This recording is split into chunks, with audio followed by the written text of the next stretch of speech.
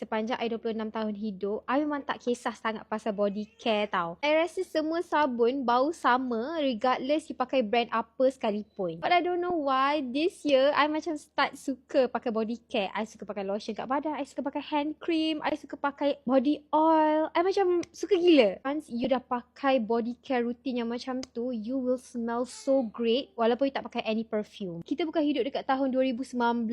Bau sabun badan, bau lemon lah, bau orange lah. Kita kena bau yang baru macam peach, macam bau tea. So let's unbox with me. Let's see apa yang I dapat daripada this box. 1, 2, 3. Tada!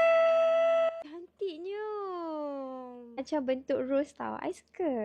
Ada tulis Clef kat sini. Peach tea and rose gentle bath gel. I suka botol Clef. It's like so cantik. Nampak very macam high end punya style.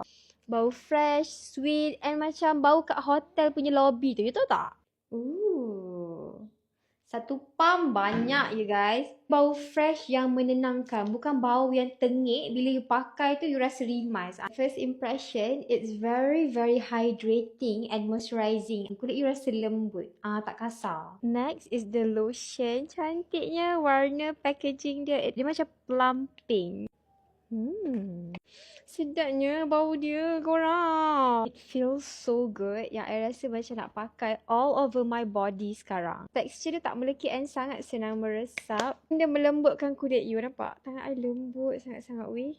Selain daripada bau dia best, I would buy for the good packaging. Like cantik sangat-sangat. Kalau you letak dalam toilet you, auto nampak macam estetik and mahal the colour. Kalau korang nak try this, jangan lupa beli kat bag kuning dekat Clef punya account. Okay?